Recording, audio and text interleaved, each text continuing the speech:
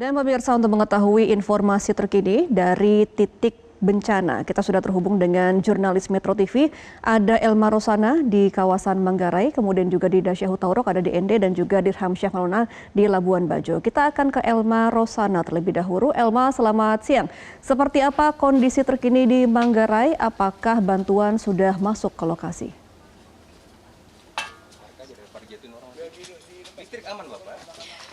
Iya, selamat siang Gemma dan juga pemirsa. Saat ini saya sedang berada di salah satu rumah yang ada di Kecamatan Komodo, Kabupaten Manggarai Barat, yang mana jika bisa dilihatkan oleh juru kamera Suaritiasa sedang dilakukan pembersihan puing-puing rumah oleh personel kepolisian gabungan dari Polres Manggarai Barat dan juga Polsek Komodo, yang mana memang rumah ini roboh begitu ya akibat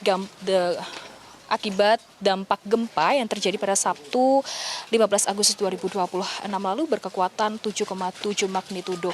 Dari personel gabungan Polres Manggarai Barat dan juga Polsek Komodo ini tengah membersihkan baik dari batako-batako yang memang telah retak-retak, kemudian juga dari atap yang akan mulai roboh begitu ya, dari mulai kuda-kuda kayunya dan juga dari seng-seng yang nantinya akan mendapatkan bantuan logistik karena memang gempa susulan. Gempa dan juga pemirsa, ini memang sempat terjadi beberapa kali dan saya akan mengajak Anda untuk masuk melihat langsung bagaimana kondisi rumah di bagian dalam. Retakan ini mulai terlihat di beberapa sisi karena memang gempa susulan terjadi terus-menerus, mulai dari lantai yang retak, ini bisa dilihat di visual layar kaca Anda, Gemma dan juga pemirsa. Dan rumah ini juga tidak dihuni lagi begitu ya oleh pemilik rumahnya. Dan untuk mengetahui selengkapnya kita akan coba langsung bertanya dengan pemilik rumah. Bapak, permisi Pak. Ini dari pemilik rumah di sini atas nama Pak Jafar. Pak Jafar, bisa diceritakan untuk kondisi rumah saat ini seperti apa sih? Saat ini Kak, sudah roboh semua, bagian keliling ini rumah ini, bagian depan saja jatuh saja. Kalau kelilingnya sudah retak semua, sama keramik ini, itu saja yang rusaknya. Oh ya, Pak, jumlah keluarganya ini ada berapa sih Pak, dan saat ini ada di mana? 3 sekolah mereka, 3 orang di Mataram. Oke. Pak, ini dengan dibantunya oleh personel kepolisian ya untuk membersihkan puing-puing rumah, apa sih Pak harapannya ke depan? Lebih baik kalau syukur alhamdulillah teman Pak polisi ini bantu saya punya rumah ini dalam khusus begini. Saya pribadi saya syukur, terima kasih. Dan itu pemirsa, memang ada beberapa target pembersihan ya, tidak hanya rumah ini namun juga 3 rumah di Kecamatan Komodo yang juga kondisinya mulai roboh. Ini akan dibantu untuk membersihkan puing-puingnya dan akan dibantu secara logistik begitu ya oleh kepolisian. Kembali ke Anda, Gemma, di studio. Baik, terima kasih Elma. Kita akan beralih ke Dasya Hutauruk di ND. Dasya, saat ini Anda berada di titik pengungsian, di posko pengungsian. Oke. Seperti apa kondisi para pengungsi di sana dan seperti apa bantuan yang dibutuhkan? Akan langsung coba bertanya dengan Kapolres Manggarai Barat. Oke, betul sekali Gemma dan juga pemirsa. Saat ini kami melaporkan langsung dari Kabupaten ND. Memang Gemma berbicara soal pengungsian ya. Sebetulnya di ND ini sendiri banyak dari mereka yang memilih untuk melakukan posko pengungsian secara mandiri. Jadi mereka membangun tenda secara mandiri di depan halaman rumah mereka. Namun meskipun demikian, Gemma, ini bantuan terus berdatangan ke Kabupaten ND. Saat ini pemirsa, kami tengah berada di Kabupaten ND, Kecamatan ND Tengah, Kelurahan Onekore.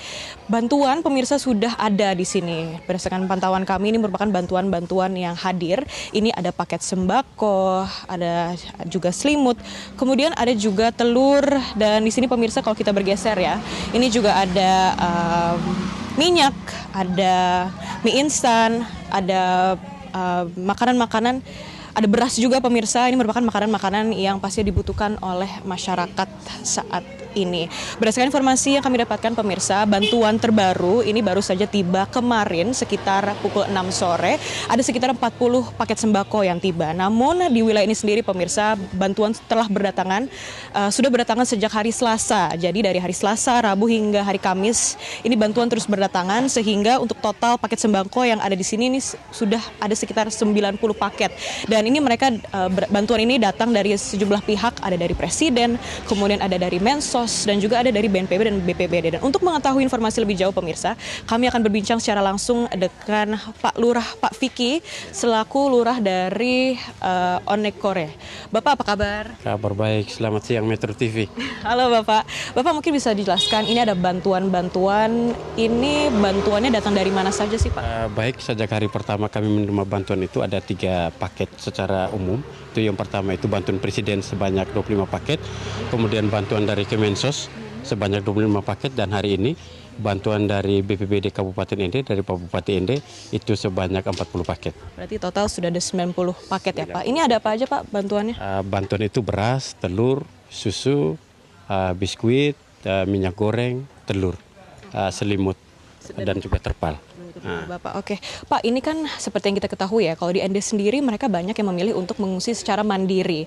Jadi mereka tersebar nih Pak, posko pengungsiannya di halaman rumah mereka masing-masing. Itu nanti bantuan ini didistribusikannya seperti apa Pak? Apakah akan ada yang mengantar ke rumah-rumah mereka, atau mereka yang harus menjemput bantuan-bantuan ini Pak? Oke, baik.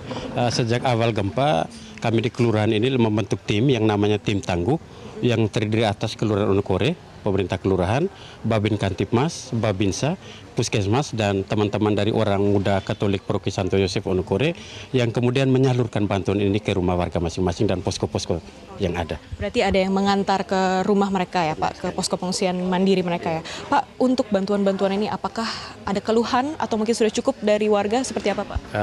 Sampai dengan saat ini menurut kami masih memerlukan bantuan, terutama sembako, obat-obatan, dan terpal yang menjadi kebutuhan utama yang sampai hari ini kami dapat masukan dari 41 RT.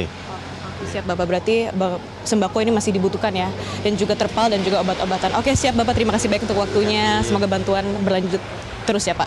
Ya pemirsa, itulah tadi perbincangan singkat kami dengan Pak Lurah dari Onekore. Pastinya bantuan-bantuan ini diharapkan dapat terus berlanjut, di mana saat ini bantuan yang saat ini paling diperlukan adalah terpal dan juga obat-obatan dan juga makan-makanan pastinya. Kami harap agar bantuan ini dapat terus berlanjut di wilayah ini dan nantinya masyarakat dapat kembali hidup normal seperti sebelumnya. Kembali ke studio, Gemma. Baik, terima kasih Dasya Hutauruk dari Kota Ende. Kita akan beralih dulu ke Elma Rosana kembali. Elma, seperti apa pembangunan di sana yang dibantu oleh pihak dari Polres Manggarai Barat?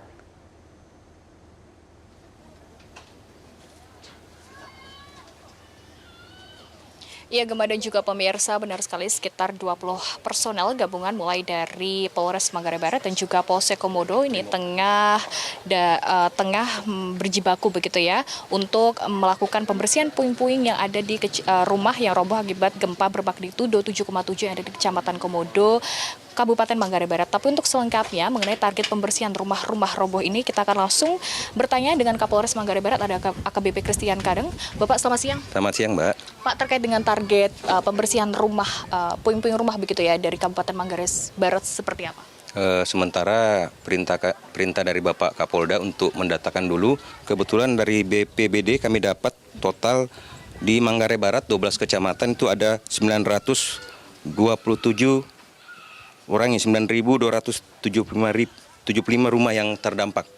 Kebetulan dekat dari Bajo ini, desa Kecamatan Komodo, ada 2 rumah yang parah. Perintah beliau wajib kehadiran pemerintah di tempat ini untuk membantu masyarakat. Oke, untuk bantuan sendiri Pak, terkait dengan banyak juga tadi kerusakan baik dari infrastruktur, kemudian jadi rumah-rumah warga, ini bantuan apa yang akan diberikan?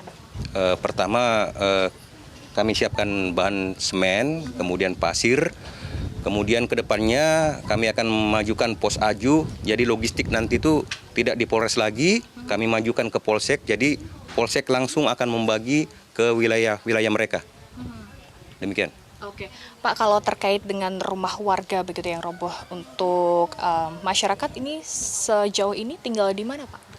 Kebetulan di Manggarai Barat khususnya, masyarakat karena mungkin takut masuk dalam rumah, mereka fungsinya mandiri depan rumah. Takut gempa susulan, jadi untuk pengungsian yang terpusat tidak ada, Mbak. Demikian. Kalau dari himbauan sendiri Pak, mengingat ini kan gempa susulan masih terjadi berkali-kali ya untuk masyarakat Kabupaten Manggarai Barat. Tetap baik kami himbau juga di media sosial apabila ada gempa keluar, kemudian dari BMKG juga sering menghimbau kepada masyarakat, baik media, kemudian ada memang alarm untuk tsunami. Kami kasih tahu apabila ada bunyi, segera keluar dan cari tempat yang tinggi. Oke, terima kasih banyak Kapolres Manggarai Barat AKBP Christian Kadang. Nah itu dia Gemma dan juga pemirsa, memang ini adalah salah satu rumah dari 3 rumah yang ada di Kecamatan Komodo yang akan dibersihkan begitu ya, puing-puingnya, kemudian diberikan bantuan mulai dari semen dan kebutuhan lainnya untuk dapat membangun kembali rumah mereka yang roboh begitu akibat gempa pada Sabtu lalu. Kembali ke Anda Gemma di studio. Baik, dari Manggarai Barat kita akan beralih ke Labuan Bajo. Ada rekan Dirham Syah Maulana di sana. Dirham, seperti apa pemerataan bantuan di Labuan Bajo? Ya, benar sekali. Tadi saya bersama dengan Deputi 2 Bidang Pencegahan Bapak Abdul Muhari melakukan pantauan udara ke sejumlah titik gempa di NTT ini. Memasuki hari ke-7 pasca gempa, BNPB melakukan pemantauan udara untuk melihat secara langsung kondisi wilayah terdampak, khususnya itu di kawasan pesisir. Pemantauan ini dilakukan mulai dari Labuan Bajo, kemudian menyusuri pesisir utara Manggarai Barat, Manggarai Timur, Ngada, hingga Nagekeo. Dari hasil pemantauan sementara, BNPB menyebut dampak tsunami secara umum tergolong minor. Meskipun demikian, ada sejumlah titik di kawasan pesisir dengan topografi berupa cekungan dan teluk yang memungkinkan terjadinya amplifikasi gelombang. Di lokasi tersebut terdapat sejumlah rumah warga yang terdampak landaan tsunami. Pemantauan dari udara ini juga dilakukan untuk memetakan kawasan yang sulit dijangkau melalui jalur darat. Sejumlah pemukiman warga terlihat berada di puncak bukit dengan akses jalan yang masih sulit dilalui kendaraan logistik. Karena itu, BNPB akan mengoptimalkan pengiriman bantuan melalui udara dengan memanfaatkan helikopter untuk melakukan dropping logistik di titik-titik yang sudah dipetakan. Hasil pemantauan udara ini selanjutnya akan diperdalam melalui survei darat agar pemerintah dapat memiliki gambaran utuh mengenai dampak gempa dan tsunami mulai dari kawasan pesisir hingga daratan. Demikian. Baik, terima kasih atas informasi Anda, rekan Dirham Syah Maulana langsung dari Labuan Bajo. Kemudian sebelumnya ada Dasya Utauruk dari ND dan juga Elma Rosana dari Manggarai Barat. Terima kasih teman-teman, selamat kembali bertugas. Jelajahi cara baru mendapatkan informasi. Download Metro TV Extend sekarang.